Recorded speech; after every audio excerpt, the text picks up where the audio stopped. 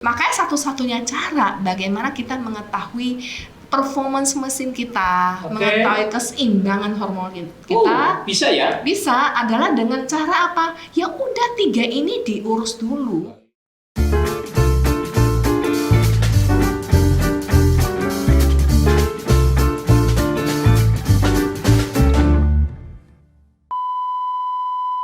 Cakep, Sing penting wani.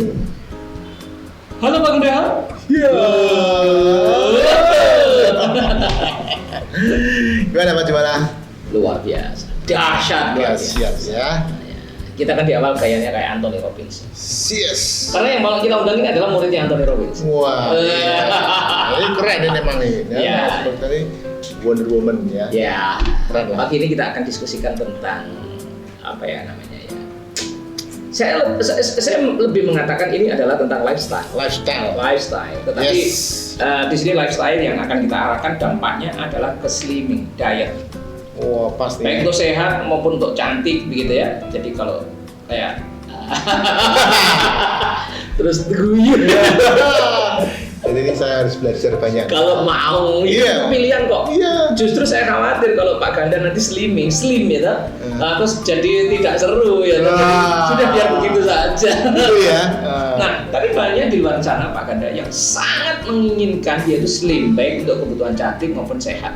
Iya. Nah, tetapi salah cara. Nah, mereka mengira kalau slim itu harus suplemen, gitu ya.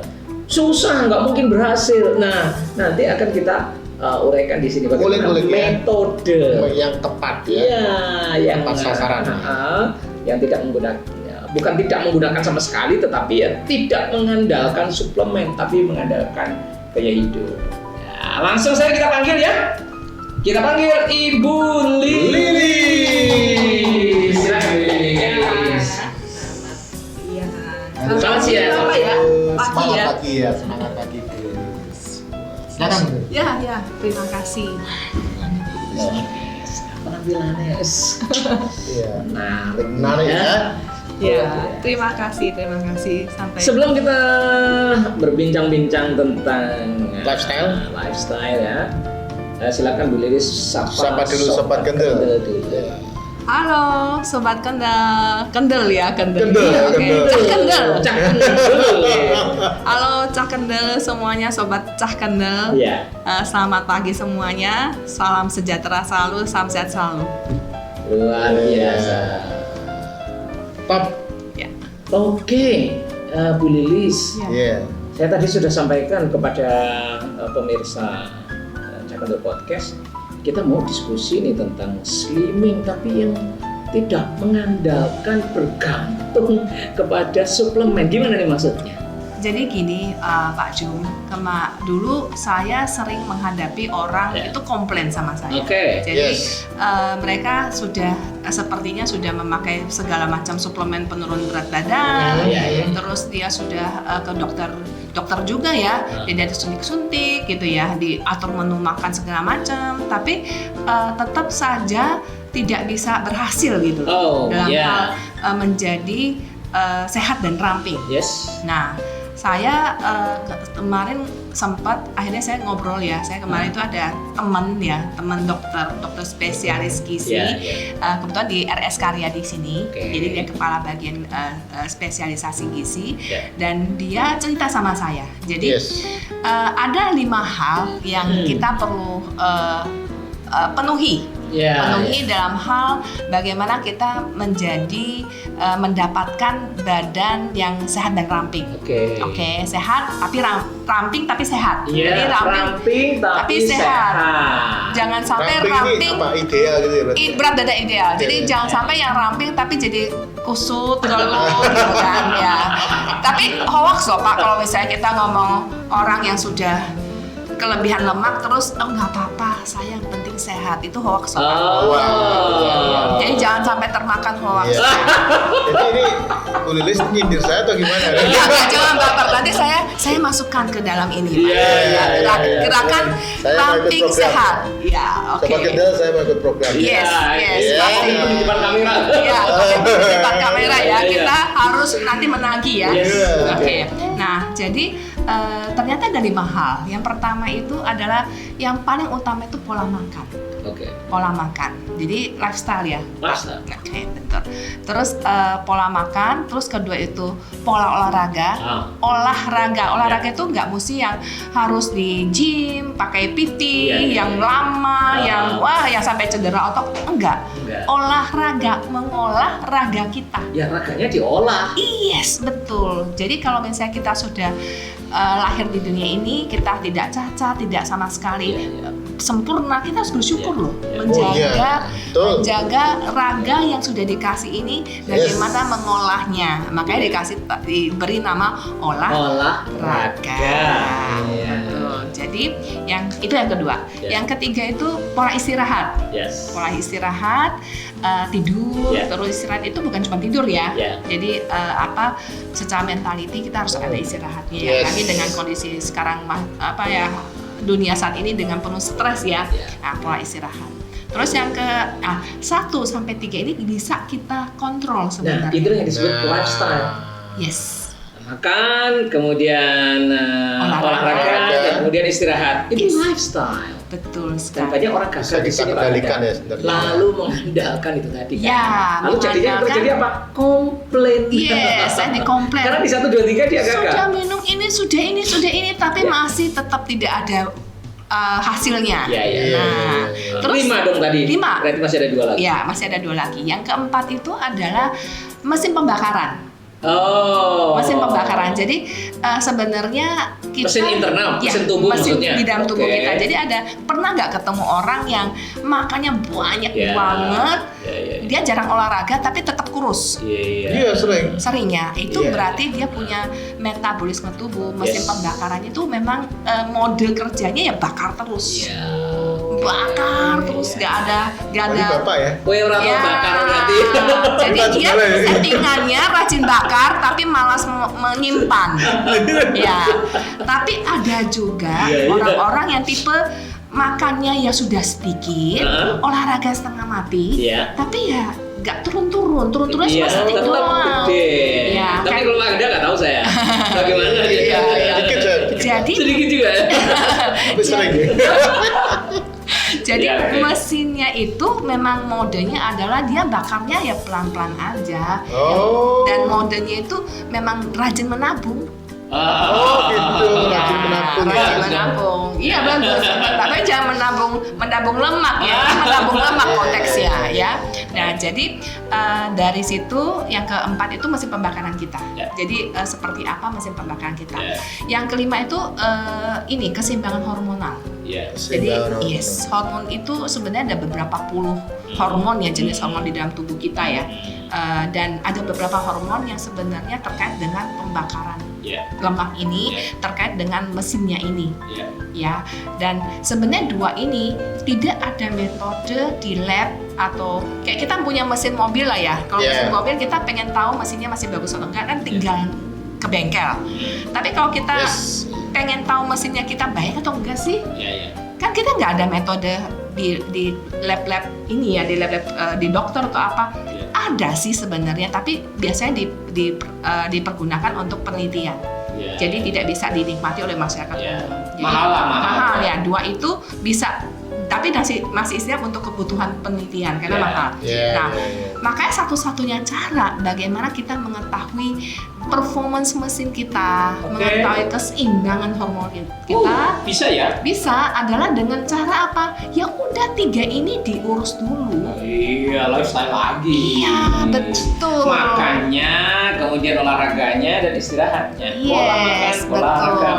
Tapi gimana caranya dong? Kita kan banyak orang gagal di situ. Ya, nah, gini, saya cerita dulu. 3 ini kalau diurus nih yang benar nih. Ke rata-rata orang-orang sudah benar yang 3 ini. Biasanya mereka ada kasus ya, turun sampai berat badan ideal. Which is mean adalah si 4-5-nya ini mesin sama hormonnya berarti masih bagus. Tapi ada kondisi orang yang sudah melakukan 3 ini terus turun nih, misalnya contoh ada yang 75 kilo, terus dia sebenarnya dia punya berat badan ideal 60 kilo misalnya. Tapi dia turunnya bisa sampai 70 kilo tok, mentok di situ terus. untuk turun pecah telur di 6 ini susah. Nah, berarti apa? Performance mesin sama hormonalnya ini ada sedikit masalah. Oke. Nah, ada yang sampai istilahnya tadi itu yang udah olahraga ini makan diatur itu tetap aja, itu berarti ada masalah di situ. Ini pendekatannya kita harus dengan tenaga ini ya, maksudnya dengan pendekatan. Ada alat bantunya, ada bantuannya. Ada bantuan obat-obatan. Jadi kalau di sini baru masuk tuh suplementasi, baru masuk tuh obat-obatan untuk membantu yang 4-5 ini. Cuma di masyarakat sekarang ini langsung dihajar aja. Orang mau ramping nggak mau, udah pakai ini, tapi tanpa diajarkan pola hidup sehat ini. Nah, tadi kan seperti Pak Jum bilang ya, yang susah PR-nya adalah sebenarnya yang 1, 2, 3 yang paling susah tuh. Yes, karena apa, kalau suplemen obat-obatan tinggal diklik aja. Tinggal beli, tinggal minum, selesai. Yes, padahal sebenarnya nggak ada gunanya juga kalau tanpa 3 itu ya. Iya, benar. Nah, dari situ akhirnya kalau toh itu dipaksakan mungkin ada gunanya, tetapi menjadi tidak seimbang. Betul. Kesehatannya jadi terganggu, suasananya. Dan cuman mungkin ini Pak Jum, yang terjadi adalah cuman sementara toh. Iya, tentu. Ya itu terus jebol lagi, terus komplain tadi. Iya, jadi pada saat diminum mungkin bagus. Iya, mungkin efek. Tapi masa kita seumur hidup sih? Iya, justru itu. Mau tergantung obat-obatan tertentu gitu kan. Betul. Nah, jadi dari fakta tersebut saya menemukan seperti itu. Akhirnya ya ketemu juga sama dokter spesialis di sini di Semarang, kan ada rumah sakit yang besar ya, terkenal, Rumah Sakit Karyadi. Yes, betul. Saya ketemu sama seorang dokter spesialisasi di sana juga, spesialisasi gizi. Terus cerita-cerita. Terus dari sini beliau memang prihatin ya dengan kondisi yang terjadi di masyarakat sekarang ini. Jadi akhirnya tercetus ide. Jadi kita tercetus ide untuk kerjasama. Kita membentuk satu grup WA. Ya, grup WA yang kita belajar bareng-bareng selama 21 hari. Ya, kenapa 21 hari? Karena 21 hari itu adalah waktu terpendek untuk kita membangun suatu habit baru. Betul ya Pak Jam ya? Iya, jadi kita... Kenapa nggak 66 hari? Nanti kasihan dokternya. Dia nggak periksa. Iya, nggak periksa ngurusin WA grup aja. Tapi memang banyak pakar perilaku mengatakan untuk membangun habitual baru itu ada. Iya, minimal 21 hari, minimal ya. Betul. Nah, akhirnya saya 21 hari ini kita WA group. Jadi kita bukan mengajarkan ya, kalau mengajar kesannya kita lebih pintar ya. Jadi kita mendampingi lah istilahnya, mendampingi teman-teman yang sudah memutuskan nih untuk hidup sehat, buat diri sendiri, buat keluarga dicintai gitu kan. Jadi ya udah 21 hari ini kita dampingi untuk 3 tadi. Bagaimana pola makan yang benar, ya. Jadi pola makan yang benar itu nggak harus yang kelaparan, nggak harus yang susah, yang harus makan khusus apa gitu, menunya apa, menunya tuh dapat ditemukan di sehari-hari. Jadi kita benar-benar ngajarin pola makan ini nggak cuma 21 hari loh. Ini di program 21 hari ini ya? Iya, betul.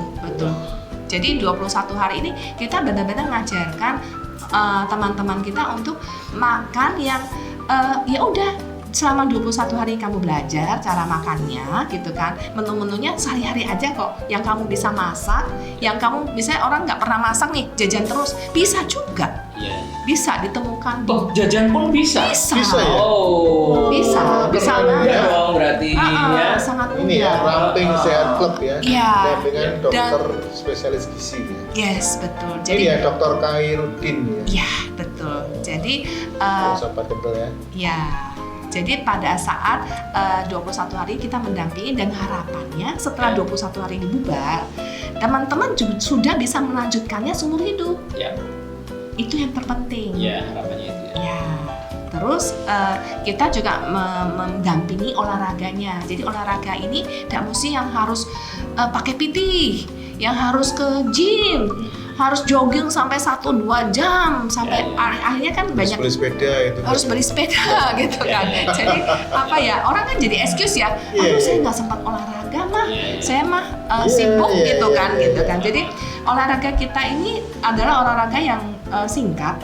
Jadi kita ajarkan olahraganya, kita nggak perlu yang sampai yang berpuluh-puluh menit. Kita spare dari 10 sampai 30 menit.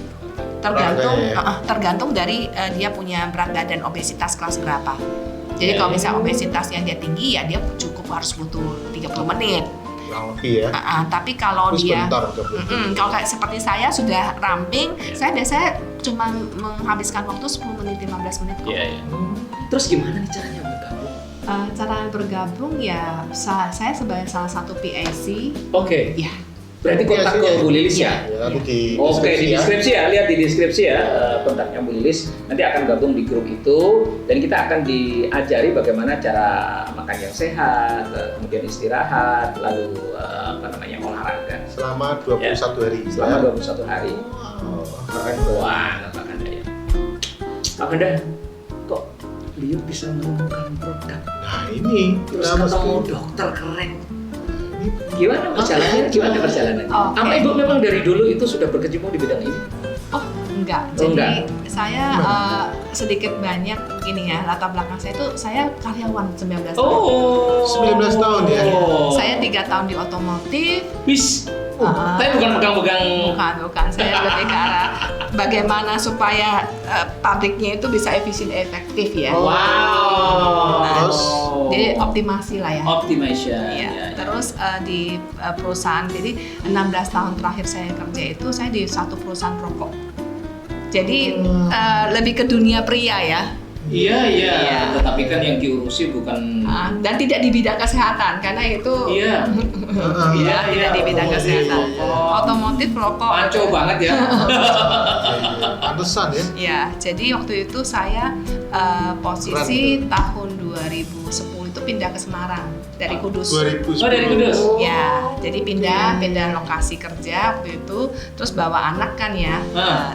Itu terakhir berarti di rokok ya dia? Iya, di rokok betul. Jadi pada tahun 2010 itu anak pertama saya pengasuhnya 5 tahun udah ikut sama kita. Pas pindah ke Semarang nggak ikut. Nggak ikut. Jadi saya kesulitan cari pengasuh. Anak kedua 2010. Karena pengasuhnya orang Kudus kan? Iya, betul. Terus akhirnya tahun 2011 punya anak yang kedua, saya bolak-balik cari pengasuh itu, waduh susah sekali. Maksudnya ini anak berapa nih? Anak kedua. Oh ini kedua ya? Ya, jadi bukan susah cari pengasuh ya, mencari pengasuh yang berkualitas. Iya. Jadi akhirnya pengasuh banyak juga sih. Terus akhirnya saya jadi kayak galau. Seneng sih bekerja sebagai karyawan kan semua serba pasti ya. Gajian pasti setiap bulan gitu kan. Apalagi sudah lama bekerja kan gajian juga sudah cukup besar. Nah, pada saat kegalauan ini saya berpikir, piye ya caranya supaya saya bisa tetap dapat uangnya gitu, tapi bisa kerja di rumah. Berarti kan mesti bisnis sendiri kan? Yes, betul. Nah akhirnya ya karena kepepet dengan situasi juga ya, oke lah aku mau bisnis lah. Terus mulai cari-cari lah bisnis apa ya. Terus maju mundur juga Pak, saya orangnya nggak mau rugi. Jadi jadi nggak mau rugi. Jadi modal kan kalau misalnya bisnis modal mesti gede nih. Nah tuh modal besar terus ada resiko gagalnya gimana nih. Jadi akhirnya maju mundur nggak mulai. Nah akhirnya ketemu satu bisnis yang dia nggak perlu modal terlalu besar. Jadi saya mendaftar sebagai distributornya. Jadi cuma pakai produknya aja kita sudah bisa menjadi distributor. Nah terus saya belajar dari situ. Sebenarnya saya pegang ada 5 kunci. 5 kunci dalam saya memilih. Jadi kan banyak kan bisnis kan, pilihan bisnis kan. Saya punya resep 5 kunci. Kunci untuk apa nih? Kunci untuk menentukan bisnis mana yang harus saya geluti. Yes. Bisnis mana yang harus saya geluti itu beliau pakai 5 kunci. Apa tuh? Yang clinking ya. Clinking. Jadi saya tuh akan memilih bisnis yang potensi bisnisnya nggak mau yang kecil-kecilan. Kecil-kecil nggak gitu mau ya. kecil-kecilan, maunya yang besar. Maunya yang besar potensinya. Potensi besarnya harus yang besar ya. Besar ya. Nah, terus yang kedua saya nggak mau jualan produk dengan janji manis. Janji-janji manis. Jadi manis kan? Saya juga nggak suka janji-janji. Iya betul. Tapi aku maunya dikasih yang manis-manis. Jadi kalau bisa saya menjual produk dengan yang berkualitas yang terbaik, tapi tidak dengan janji manis. Oke. Terus yang jari tengah ini saya mau berpartnership dengan sebuah perusahaan yang tidak setengah-setengah. Tidak setengah-setengah. Yes, jadi harus yang bonafit, yang powerful. Harus setengah-setengah itu hasilnya pasti ya setengah-setengah. Iya, dan mungkin nggak bisa jangka panjang ya. Ya. Partnernya tidak setengah-setengah. Yes, betul. Yang keempat itu harus bisa menunjukkan saya profitnya yang jelas yang di mana. Show me the profits. Yes, betul. Dan kelima ini adalah jempol. Jadi harus punya yang namanya support system. Ya, edukasi, support system bisnis itu karena harus ada support systemnya tuh. Yang harus yang jempolan. Yang jempolan. Yang handal, yang bisa kita. Jadi mengoperasikannya mudah, terus kemudian sustainable growth-nya bisa diharapkan. Gitu ya? Betul sekali. Mantap sekali. Lagi dong. Bisnis itu jangan yang potensinya kecil ya. Betul. Terus yang kedua adalah hanya dengan janji-janji manis, no way. Yang ketiga adalah partnernya harus tidak setengah-setengah. Tidak setengah-setengah. Yang powerful. Powerful. Terus yang keempat harus bisa menunjukkan profitnya. Dan profitnya harus jelas. Harus jelas ya. Betul. Harus jelas profitnya. Terus yang kelima adalah harus yang jempolan. Support system. Hafal deh. Langsung hafal kan? Gampang kan? Iya. Terus akhirnya gimana nih? Dapatnya apa? Saya akhirnya menemukan dengan 5 kriteria kunci. 5 kriteria kunci ini akhirnya memang dapat ya. Ini jadi sebuah perusahaan yang dia memang ada di 54 negara. Jadi secara ini ya partnership ya. Itu sudah 54 negara. Keren ya. Ya, dan dia mainnya di teknologi. Menghabiskan sekitar 10 triliun untuk R&D-nya. Keren. Jadi ini benar-benar bisnis yang berbasis teknologi ya.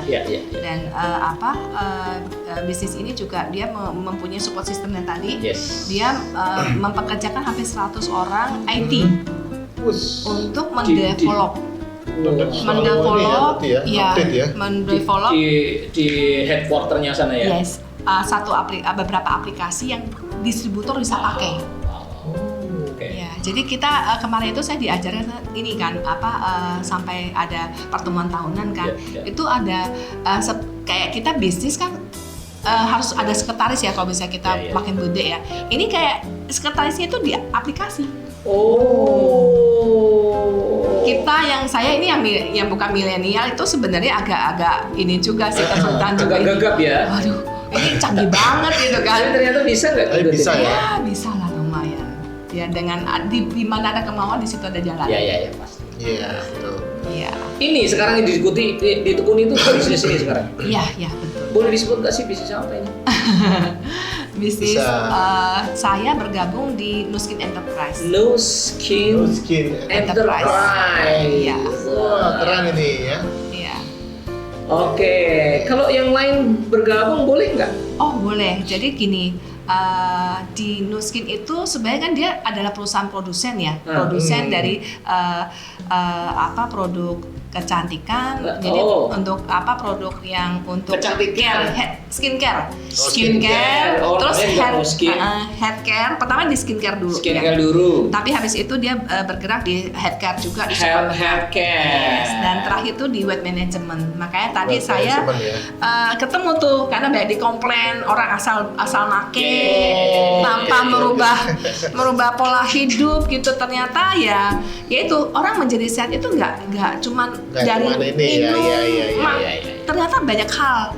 Jadi kita 3 tadi itu pola makan, pola istirahat, pola olahraga kita, aktivitas fisik ya. Jadi sebetulnya ini adalah solusi dari keluhan-keluhan orang-orang yang mengandalkan suplemen. Betul.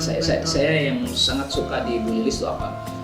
Beliau tidak semata-mata terus kemudian bisnisnya itu harus yang penting kejual-kejual. Enggak. Tapi bagaimana ngatasi solusi orang-orang yang gagal? Iya. Nah itulah kenapa perlu bergabung di 21 hari tadi. Iya. Yes. Luar biasa. Iya. Salam saya untuk Dr. Khairuddin ya. Ya, nanti saya sampaikan. Saya sangat concern juga di lifestyle soalnya ya, tapi melalui mindset. Segera gabung ya. Nanti bisa kerjasama ya Pak. Boleh. Untuk ini ya, mindsetnya. Yes, sebetulnya ada suka dukanya nggak sih perjalanannya itu? Oke. Nekuni bisnis ini? Ya, suka Tadi udah berapa lama nih sejak mungkin 7 tahun ya. 7 tahun ya. 7 tahun ya. Sejak resign tadi ya. Boleh nggak Ibu sejak resign? Boleh nggak Ibu sampaikan sekarang sudah di level apa begitu? Oh, kalau boleh. Saya sekarang kalau kita di level leadershipnya, kan Nuski ada level leadershipnya ya. Saya di senior brand director. Wah. Ngomong kalau director ini sembrono. Narasumber kita ya belum apa masih senior brand. Masih belajar. Super. Masih bilang masih belajar loh Pak. Iya, masih belajar. Itu namanya rendah hati. Dari tadi saya bilang dia itu lembut sekali. rendah hati.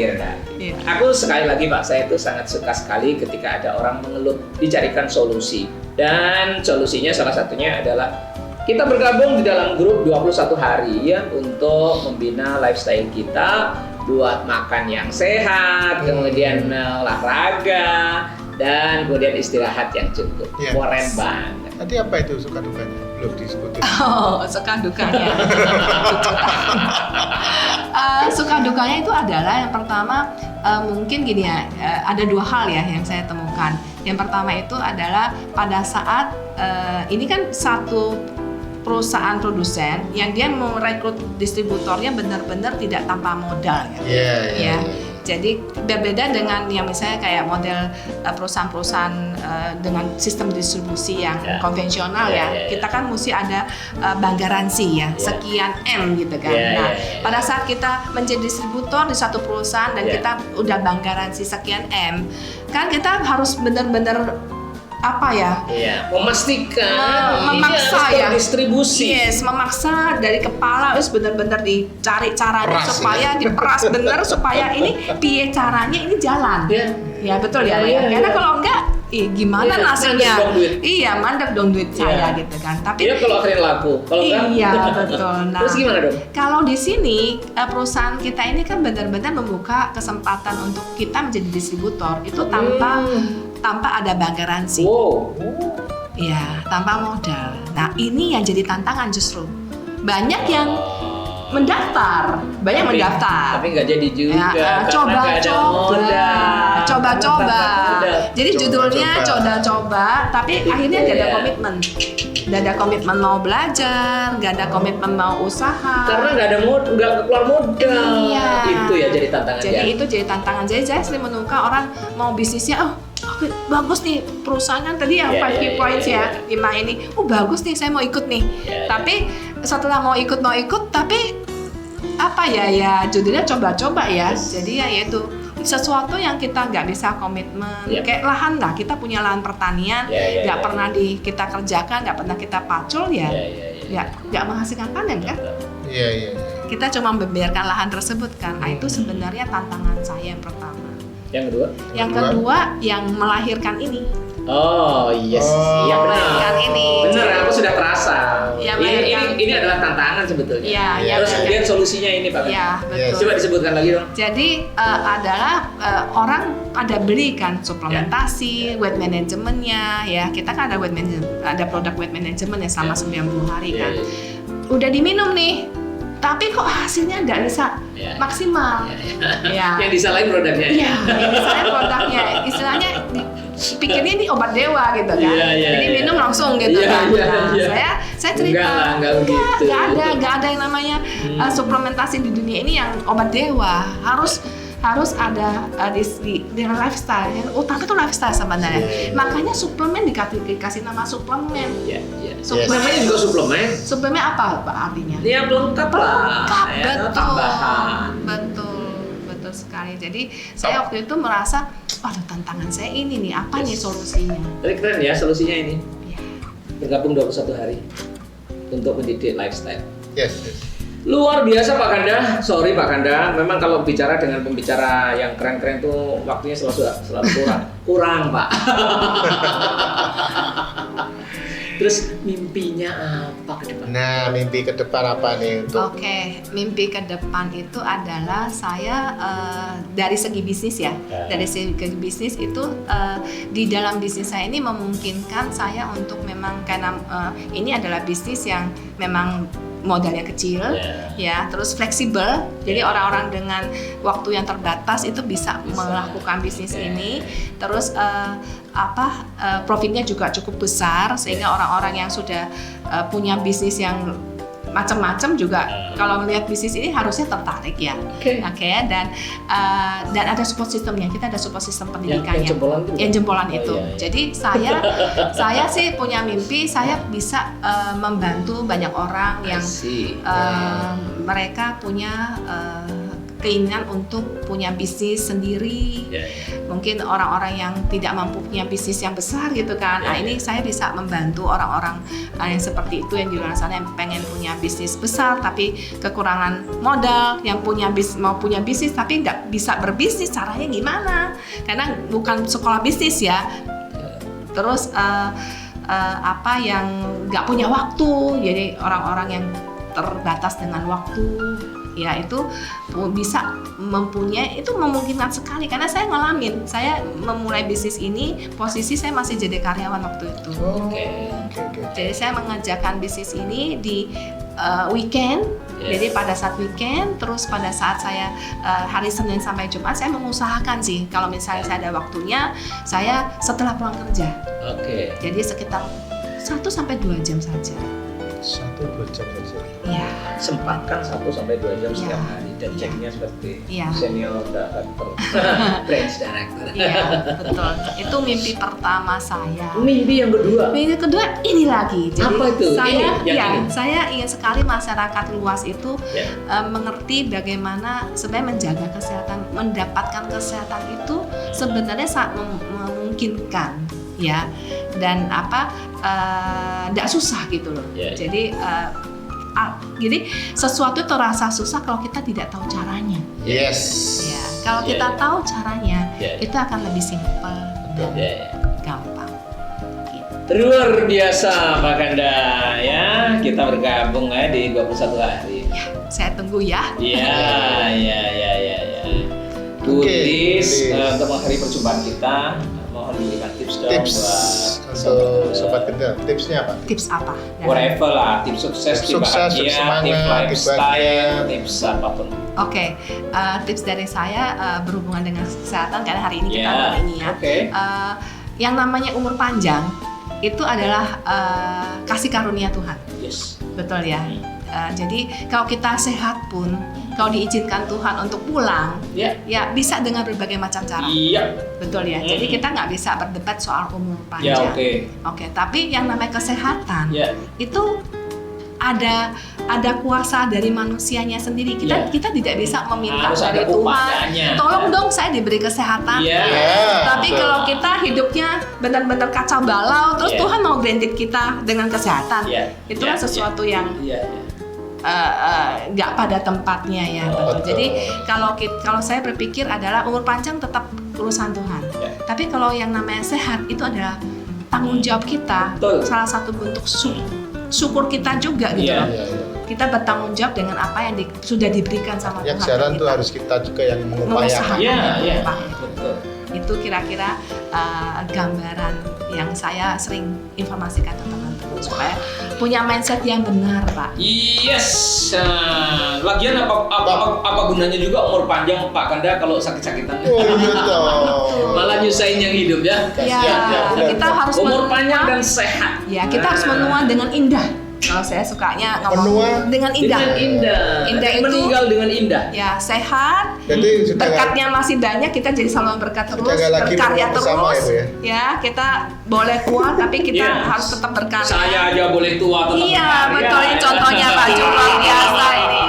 Hebat ini, luar biasa. Menginspirasi ya. Betul. Yang muda-muda jangan sampai kalah sama Pak Jo.